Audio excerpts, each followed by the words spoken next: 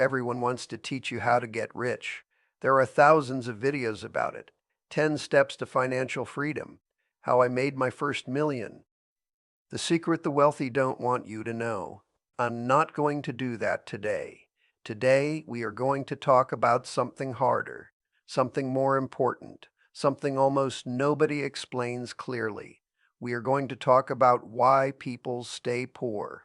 Not because they're lazy, not because they're unlucky, not because the economy is bad, though sometimes it is, but because poverty is not a number. Poverty is a system. It is a closed loop, a machine that runs on your energy and gives you just enough output to keep you running it, like a hamster wheel that's been engineered to feel like progress. I've spent decades studying wealth, and the older I get, the more convinced I am that the harder problem is not building wealth, it's escaping the gravity that prevents you from starting. Think about a fly trapped inside a glass bottle. The exit is right there, the open top. The fly can see the light, but it keeps flying at the sides. It can feel the warmth of the sun, but it can't find the way out. That fly is not stupid. It's just operating with the wrong map. Today I'm going to give you the right map. We are going to name the 5 specific loops that form the poverty trap. We are going to understand exactly why each one works, and we are going to talk about how to break each one. This is not motivation. This is mechanics. Let's begin. Loop 1, the scarcity tax. Why being poor is expensive. The first loop is the one nobody talks about because it sounds like an excuse. It is not an excuse. It is math. Being poor is expensive. I want you to sit with that sentence for a moment because most people assume the opposite, that if you have less, you spend less. That's wrong. Almost completely wrong. Here's how the math actually works. When you have no savings buffer, you cannot buy in bulk, so you pay more per unit.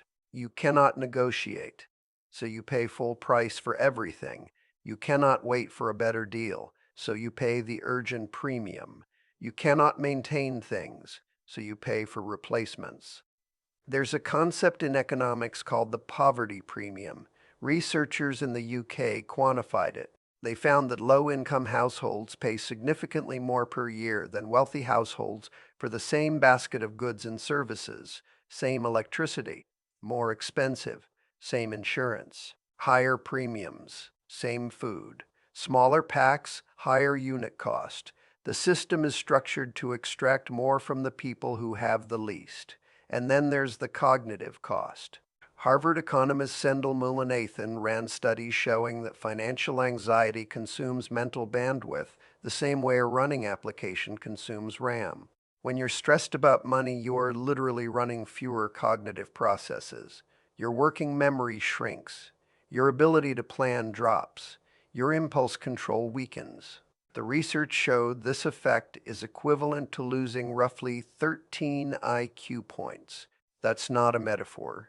Your brain is measurably less effective when it's consumed by financial fear. So here's the vicious mechanic of loop 1. You're poor, so you're stressed. You're stressed, so your decision making is impaired. Your decision making is impaired, so you make costly mistakes. The costly mistakes keep you poor. Round and round. The writer Terry Pratchett described this brilliantly in what's now called the Weems boots theory. A wealthy man buys a $50 pair of boots. They last 10 years. Cost per year, $5. A poor man can only afford $12 boots. They fall apart in a year. Over 10 years, he spends $120, and his feet were wet the whole time. This is not about discipline. This is about capital access. The rich man's $50 up front was an investment that returned 58% savings over a decade. The poor man never had the option. So how do you break loop 1? You do not start with investing. You do not start with side hustles. You start with a buffer. Your first goal is $1,000 in a separate account that you treat as untouchable, not to grow, not to invest, just to exist as a shock absorber between you and the next emergency. That $1,000 doesn't make you rich, but it breaks the scarcity tax. When the car breaks down, you pay the mechanic. You don't take the 400% APR payday loan. You don't miss rent. You don't spiral. You have bought back your cognitive bandwidth. You have given your brain permission to plan instead of panic. That is loop one broken. Now let's talk about loop two. Loop two, the dopamine trap. Why poor people buy things they can't afford. This is the loop people love to judge from the outside. Why does he have Air Jordans if he can't pay rent? Why is she getting her nails done if she's in debt? Why do they eat out when they have food at home? The judgment is easy. The biology is more complicated. When you are trapped in chronic financial stress, your cortisol levels, the stress hormone, are persistently elevated. This is not a mood. This is a physiological state, and the brain very naturally looks for relief. When you walk into a store and buy something new, a pair of shoes, a gadget, a nice meal, your brain releases dopamine.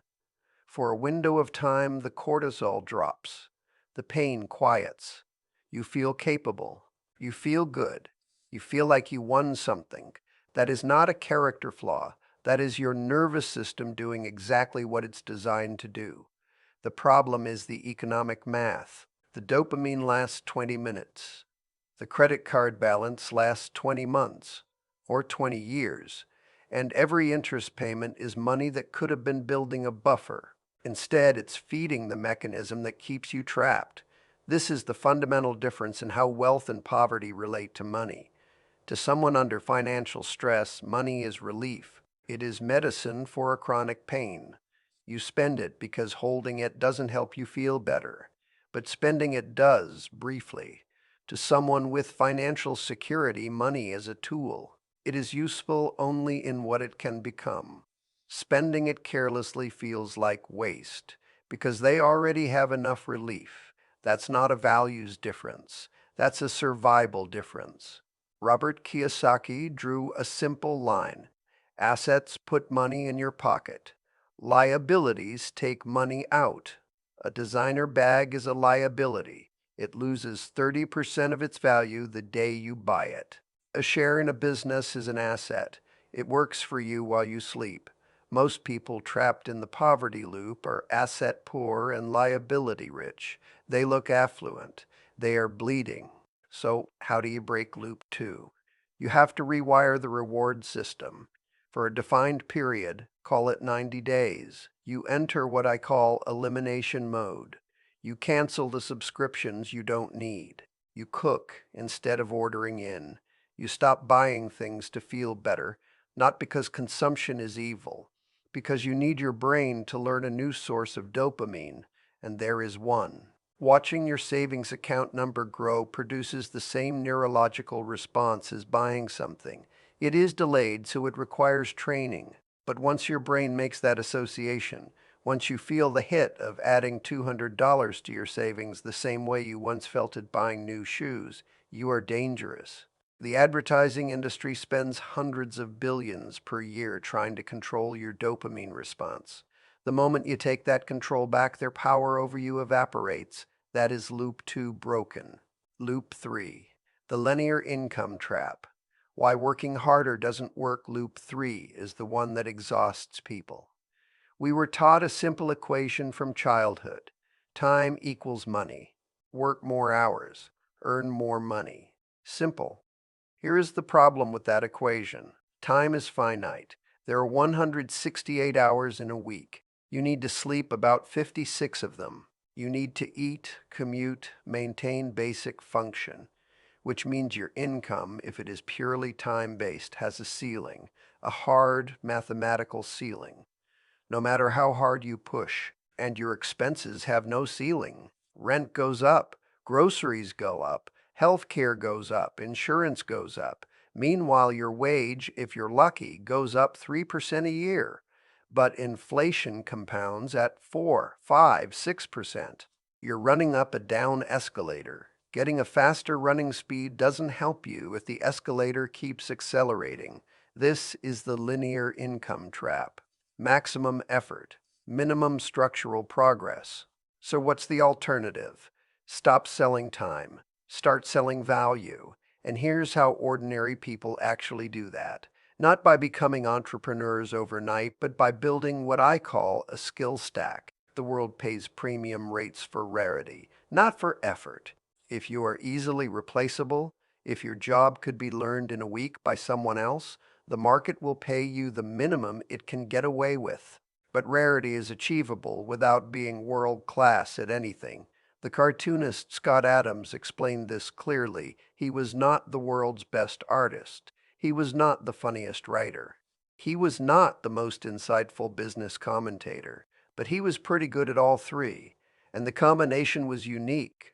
Dilbert was born from a skill stack, not a singular talent. Think about what that looks like for you. If you work in logistics and you learn data analysis, you can optimize routes, not just run them. If you work in healthcare and you learn communication, you can manage teams, not just treat patients. If you work in construction and you learn sales, you can run contracts, not just execute them. In each case, the stack takes you from commodity to specialist, from replaceable to essential. And as you become harder to replace, the market pays more for your time. Your hourly ceiling rises. During Loop Two's elimination mode, you have freed up time and mental space. Use it here. One skill, one course, one certification. Not to get rich overnight, to make yourself slightly less replaceable than you were 90 days ago. That is how you break Loop 3. Loop 4, social gravity, the invisible force pulling you back. This is the loop people don't want to acknowledge because it involves the people they love. There's a well-worn observation in psychology. You become the average of your social environment, not because you're weak-willed, because of mirror neurons. Your brain has a system that subconsciously mimics the behavior, language, expectations, and emotional states of the people around you. It's how children learn language without being taught grammar. It's how culture transmits across generations without anyone explicitly passing it on. And it means that if your closest relationships are with people who have accepted financial stagnation, not bad people, just people who stop believing that things could change, your brain will drift toward that ceiling too. This is what I call social gravity, and it is subtle and powerful and often disguised as love. Why are you working so much? Just relax. You think you're too good for us now? That investment stuff is for rich people. We're not like that. These aren't attacks, they're expressions of fear. Your changes make the people around you confront their own stagnation. Your momentum is uncomfortable for people who are still. They pull, not out of malice, out of gravity. So what do? You don't abandon the people you love, but you protect your inputs. You cannot consume 3 hours a day of helplessness and expect to build momentum. Information is not neutral. What you feed your mind shapes what you believe is possible. You find a new reference group. You don't need to walk into a country club. You need to read a biography, watch an interview, listen to a podcast of someone who came from where you are and built a different life. When you spend time inside the thinking of people who solve the problems you're facing, your mirror neurons get to work on a better blueprint. You are choosing deliberately whose mental environment you inhabit. Your zip code doesn't have to define your ceiling, but your media diet might. Be intentional about who you let think inside your head. That is Loop 4 broken. Loop 5, the compound void. How to get to the other side of the equation. This is the final loop, and it is the engine. Einstein, and I'm not the first to quote him on this, called compound interest the eighth wonder of the world. He who understands it earns it. He who doesn't pays it. Most people trapped in the poverty loop are on the paying side. Credit cards at 22% APR, car loans, buy now, pay later, payday debt at rates that would have been illegal in most countries 50 years ago. The math of compound debt works like this. You borrow $3,000 on a credit card. You make minimum payments. At 22% APR over 5 years, you will have paid back nearly $6,500. And you're still not done. You wake up every morning poorer than the night before. Even if you didn't spend a dollar, the interest is working while you sleep, against you. The wealthy experience the exact opposite. They have money in index funds, in rental properties, in businesses. Every morning they wake up slightly richer than the night before, not because they did anything, because their capital is working for them. The gap between these two positions is not intelligence. It is not luck. It is which side of compound interest you are on. So here is the three-stage exit from loop 5. Stage 1, stop the bleeding. Before you invest a single dollar, eliminate your high-interest debt. This is not optional. This is arithmetic. A 22% guaranteed return from paying off a credit card beats almost any investment you can legally make. No index fund promises 22% returns. Paying off that card does. Kill the debt. It is a vampire. Stage 2, start the engine. Once the bleeding stops, you start buying assets. Modest amounts, consistently, not individual stocks, not crypto promises, not your cousin's business idea. A low-cost index fund tracking the broad market, $50 a month, $100 a month. Whatever you can hold to consistently. You are not trying to get rich fast. You are trying to get the snowball rolling. It will look small at first, embarrassingly small. Trust the math. Over 30 years at a 7% average return, $200 a month becomes over $226,000. From $200 a month, the machine does the rest. Stage 3, cross the line. This is escape velocity. The moment your assets generate enough passive income to cover your basic needs, even just your rent, even just your groceries, you have crossed from one side of the equation to the other. You no longer have to sell every hour of your life to survive. You have options. For the first time, you have options. That is the exit. The door has always been open. Let's name what we've covered today. Loop 1, the scarcity tax. Being poor costs extra. Build a buffer first. Loop 2, the dopamine trap. Consumption numbs pain but builds chains. Rewire toward the satisfaction of growing. Loop 3, the linear income trap. You cannot outwork a finite ceiling. Stack skills. Sell value, not just time. Loop 4, social gravity. The people around you shape what you believe is possible. Protect your inputs. Choose your mental environment. Loop 5, the compound void. Get off the wrong side of compound interest. Kill the debt. Start the engine. Cross the line. These 5 loops are the machine. And now you have the blueprint for each one. But here's what I want you to hold on to as you leave. The door to the cage was never locked. The system benefits from you staying inside. Your social environment may benefit from you staying inside. Even your own comfort zone benefits from you staying inside. But none of that means the door is locked.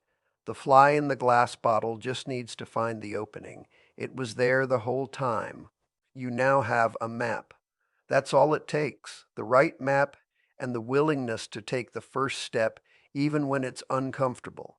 Even when people around you don't understand, even when the progress feels invisible. The math doesn't care about your feelings, it just runs. Start it running in your direction. Thanks for watching.